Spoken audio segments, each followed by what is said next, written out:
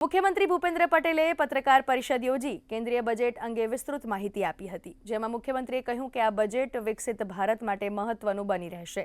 રાજ્યમાં વેપાર ઉદ્યોગ લોજિસ્ટિક સેવાઓ ઝડપી બનશે તો આ વર્ષના બજેટમાં એમએસએમઈ માટે 10,000 કરોડની યોજનાઓ બનાવવામાં આવી છે।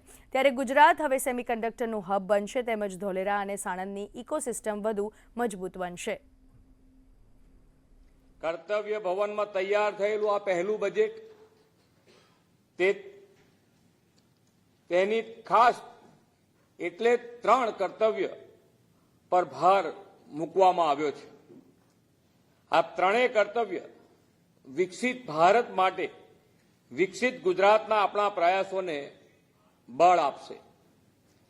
10,000 કરોડ રૂપિયાની ફાળવણી સાથેના બાયોફાર્મા શક્તિ કાર્યક્રમ દ્વારા દેશને ગ્લોબલ બાયોફાર્મા મેન્યુફેક્ચરિંગ હબ બનાવવાનું લક્ષ્ય રાખવામાં આવ્યું છે।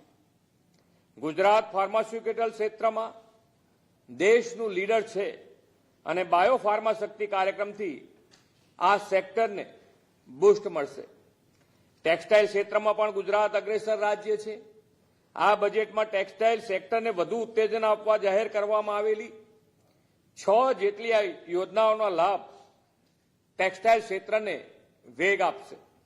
રાજ્યમાં 42.9 લાખથી વધુ એમએસએમઈ અર્થતંત્રની બેકબોન છે।